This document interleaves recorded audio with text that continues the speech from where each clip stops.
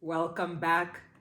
It is good to have you back. I am Shirley Magazi, and I'm taking you through a series of redeeming the altar of fasting and prayer, as instructed by the Lord, that there is need for the body of Christ to redeem the altar of fasting and prayer, and particularly at a time such as this, where people across the world, particularly Christians, are taking the time to really set the stage for the year by dedicating themselves unto the Lord uh, through fasting and prayer. And so I am very, very excited on where we are right now. We are looking at Matthew 16, where we're looking at denying oneself.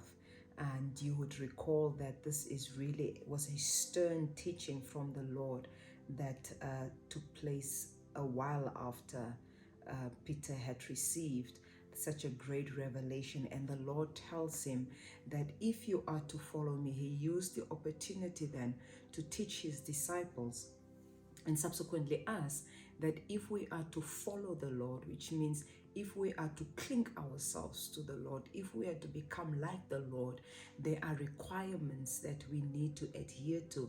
And this requirements is what is laid out in Matthew chapter 16. And it says, deny yourself. And that is where we are looking at denying ourselves. We did define denying self as disowning, which is to refuse or to acknowledge yourself or maintain any association with yourself. That is what denying means. Or to abstain from feeding the flesh, refraining from giving joy to the flesh is what the Lord is calling us into. In other words, we are to forget oneself.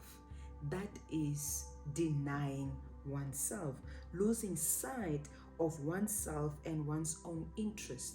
And this is a very, very stern message because this goes contrary to the world today. This goes contrary to the gospel that is being preached today, that you can just do it anyhow. The Lord understands that we are human beings. Yes, we are human beings, but there's a standard that the Lord has called us to attain. And that standard that he has laid for us is the standard of laying ourselves down, for the sake of following Christ. It therefore stands to reason that unless we are able to deny ourselves, we cannot follow Christ. Because if we cannot deny ourselves, how then can we follow Christ? In other words, to follow Christ means to disfollow yourself. That was a good one.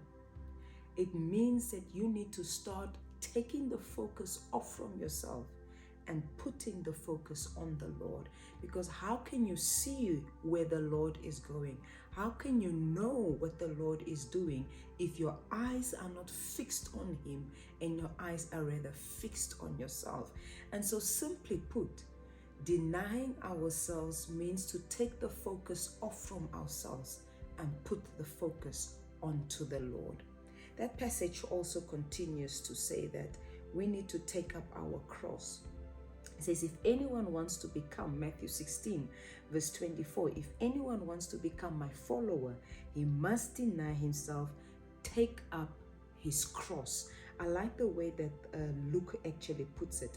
If you can just go with me to Luke chapter 9, because often we think this is a once-off process, but this is really a continuous process. It is a daily thing that the Lord asks of you and I. And he says it in Luke chapter 9, verse 23. If anyone wants to become my follower, he must deny himself, take up his cross daily, and follow me. Taking up our cross daily and follow Christ. This is a lifestyle. It's not a once-off thing. Christianity is not a once-off experience. Christianity is a daily experience, a daily encounter with the Lord. And that is what the Lord is inviting you and I to, a daily experience, a daily encounter with the power of the cross by us taking up our own cross. And what does it mean to take up our own cross? To tomorrow we will go further in taking up our cross. What I want you to remember today, you cannot follow Christ until you just follow yourself. You need to stop following yourself. Take the focus off from yourself. Put the focus back on the Lord for you to become a follower of Christ. Until tomorrow, see you then. Bye-bye.